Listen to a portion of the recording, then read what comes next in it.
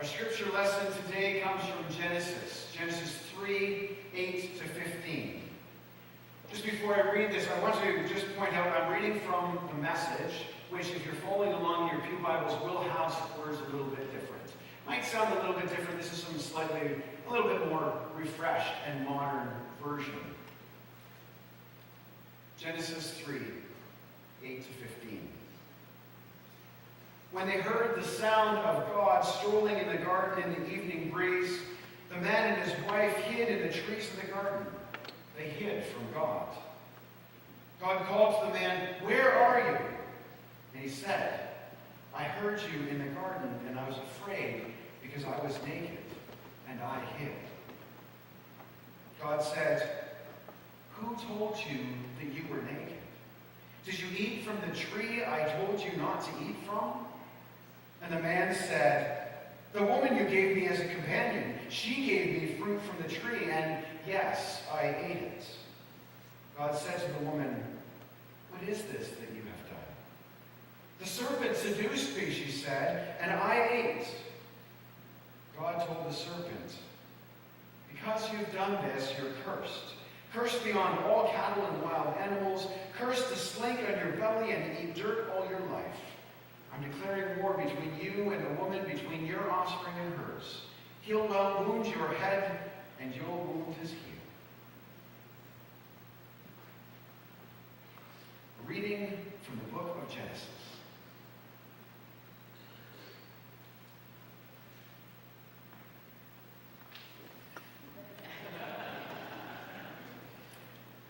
Just taking a moment to take this all in.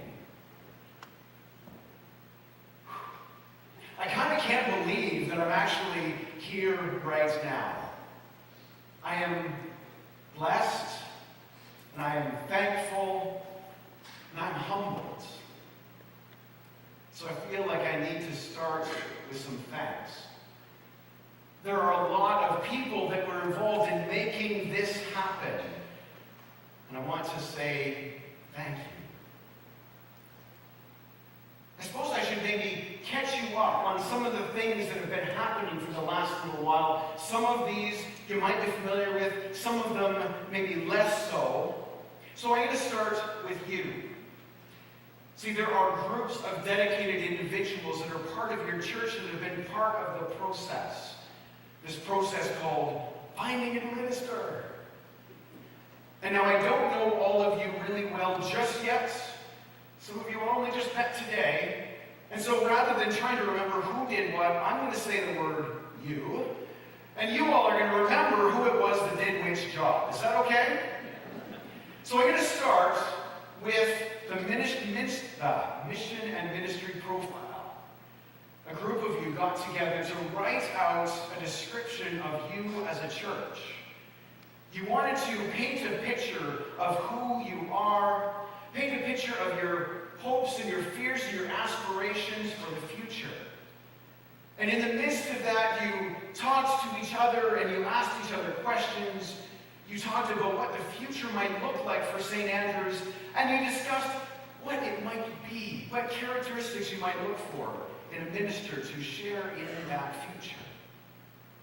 And you prayed, and you discerned, and you put together this document that you wanted to be a good, clear representation of who you are, but at the same time, you wanted to be enticing enough that some people actually applied for the job, right?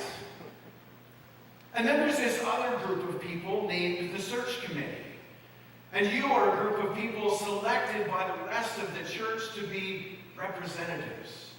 Faithful people who would do the hard work of going through a stack of resumes and try to match up those resumes with what you have heard from the church that you were looking for, throw out the ones that didn't fit, pick the people who seemed like they were worth having a conversation with, and get to know them. And then do the hard work of deciding. Well, you did that and you did more. You did the faithful and difficult job of getting into this process. You went through resumes. You were surprised by some of what came in the shape of resumes. You were a little bit disheartened. The process was taking a long time. You answered questions of the congregation when they asked. You drank a lot of tea and coffee and ate some sweets, and you got to know each other really, really well. As for me, I read through a stack of profiles. I wasn't even certain that I was going to leave where I was. And I read some profiles that were interesting. I read some profiles that honestly I didn't get past the first page. And when I read the profile from St. Andrews, there was something that drew me to you. Then I began the hard work of discerning if I was being called to change. I was excited about the possibility of doing something new. And I really labored about the idea of leaving something where I was familiar and I was comfortable and people I loved. And so I decided to put together a resume. And much like your ministry and mission profile, I wanted my resume to be a good representation of me, but be good enough that you thought that I was worth talking to. And so then I wrote up a cover letter to kind of put the polish on the picture. And I sent it off to a couple of friends that I really trust. And I went along with some of their edits, maybe not all of them. And it was with quite a bit of trepidation that I clicked submit on the form that sent all that off to London Conference to be forwarded on to your search committee. I waited. Of course, I was hoping that this would happen immediately. Basically, if I've sent it, you should be ready, right? Come on. I think it was only actually about 2 days, but you know how 2 days feels like forever? And I got an email back saying that they were interested in meeting me. I had my suit dry cleaned. And so I went to that first interview, and we got to know each other a little bit. It might surprise you to learn that we did have some laughs. You know who the search committee are. And we had some great discussion. They had the most amazing questions, and we got to know each other. And I went home, and my heart was full, and my head was full, and it really felt like God was calling me into something brand new and exciting, and maybe a little bit scary. And I got a call back for a second interview, and we got deeper into it. We talked about things like fit and the future, and we discussed worship and leadership and stewardship and discipleship. I promise you, we talked about words that don't end in ship as well. And through all of this, we realized that God was indeed inviting us into something new. But now we are here. I am here. You all are here. We are here. And you know what's going to happen next? We're going to get to know each other. Know each other. I'm going to get to know you. You're going to get to know me. We're going to walk together through some hopes and joys. We're going to have celebrations together. We're also going to walk together through illness and depression. We're going to suffer loss, and we're going to grieve. We're going to see the best of each other, and at times we will see maybe the less good bits of each other. And let me be perfectly clear. I look forward to all of that. Because I think it is critical today, as we move forward, and every moment in our lives, that we are honest with each other. And in that, we are honest with ourselves. So I'll turn to Scripture for just a moment. Because Scripture talks about people. So many places in Scripture, we open the book and we're like, wow, that could be a picture of me. Thankfully not naked. We'll just start there, okay? But we have this picture in our heads of this garden. It is unbelievably beautiful.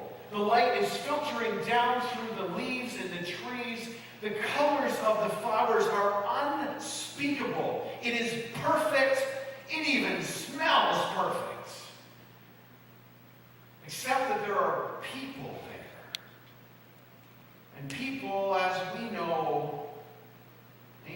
always perfect. It's interesting that we don't read that the two people are hiding from each other, but when they hear the sounds of God walking in the garden, they hide. And they're scared. That's where I think we can read ourselves into that. I am absolutely certain that every single one of us at some point in our lives have wanted to hide from something, from someone, sometimes even from ourselves. So as we read further in the story, we hear this interaction between God and the people. And they talk about how they're hiding because they are naked. And even in that truth, even in admitting their nakedness, they're admitting the small truth that's easy to hide, the big truth that's hard. Because it's an awful lot easier to admit to your God that you're naked, He is the one that made you, than it is to admit to your God and sometimes to yourself that when left up to your own devices, you don't always make good choices. Hiding is what we do when we're vulnerable. And we can read that vulnerability right in the Scripture. What happens next? Pretty much exactly what always happens when people find themselves in vulnerable positions. We blame somebody else. We just lash out at everybody there. And then we try and change the narrative to make sure it's focused anywhere else but me. So we've got one person standing here who looks around and says, oh, there's only one other person here. I'll blame them. And then that person says, no, it wasn't me, it was the snake. And through all of this, there's this underlying narrative that suggests God made us, God made the snake, God even made the darn tree. Clearly, this is all God's fault. Anybody see themselves in any of that? You don't have to put up your hands, it's okay. But I am willing to admit that that's been me in times in the past. And so in the interest of honesty, in the interest of vulnerability, I'm going to admit a couple of things to you. First off, my resume, it didn't outline the reality that there are times that I'm less than patient with my kids. Something I'm not particularly proud of, but it's real. It's who I am.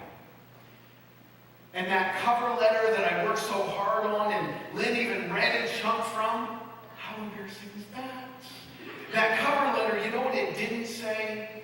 It didn't say that there are times in my life that I struggle to truly love the most challenging people in my life.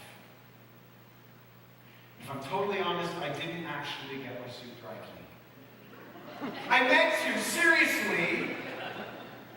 But I ran out of time, and so I just ran to the kitchen and I washed that little bit of food off the lapel and wore it exactly how it is. And although I'm just starting to get to know you people this weekend, I can tell you some things about yourselves. There are parts of you that were missing from your ministry and mission profile, weren't there? There are some of the pieces of the varnish and the shine, and between those things, there are water spots and rust, aren't there? I am willing to bet that at some point in the last, 100 and some odd years, somebody somewhere has argued over which plate to serve pickles on in the fellowship hall. It has happened. And I also know that there are days when you struggle to welcome the people who don't look or think or act or love or worship exactly the same way as you do. And it's hard to welcome them into your community and into your congregation and into your hearts. And though I intentionally use silly examples and deep personal struggles to make my point, it is the reality that we do this, and each one of us lands somewhere on that spectrum. And let me reassure you, God knows. God created you. God knows exactly the struggles that you find yourself in. And I see that in the Scripture too.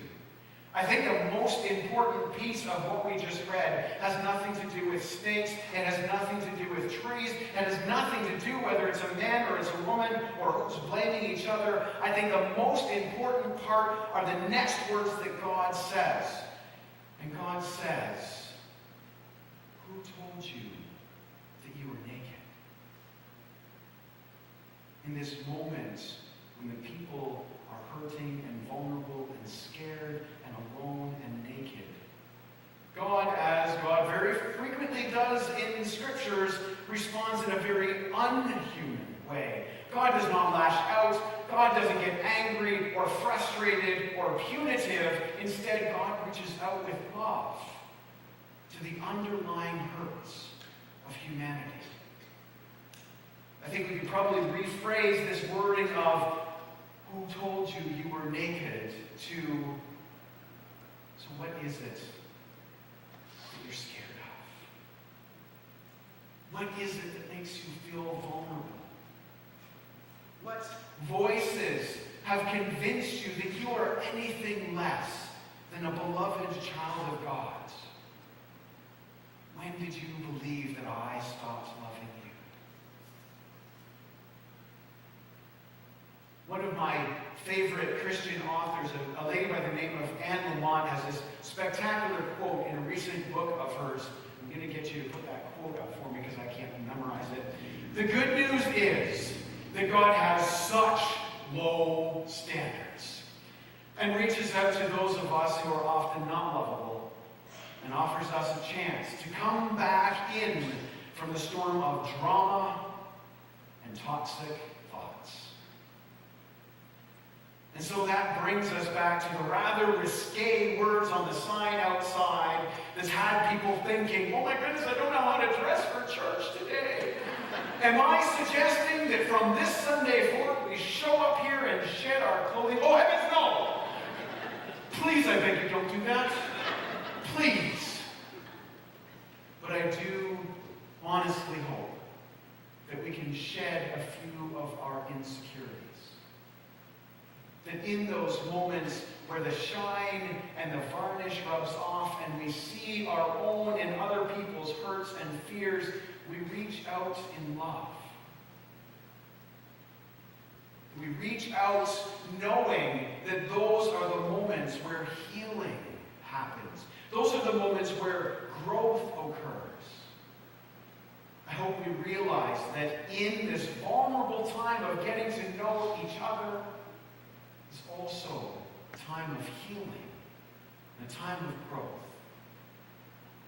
And I hope that we all can get just a little more comfortable in our own skin and see ourselves for exactly who we are.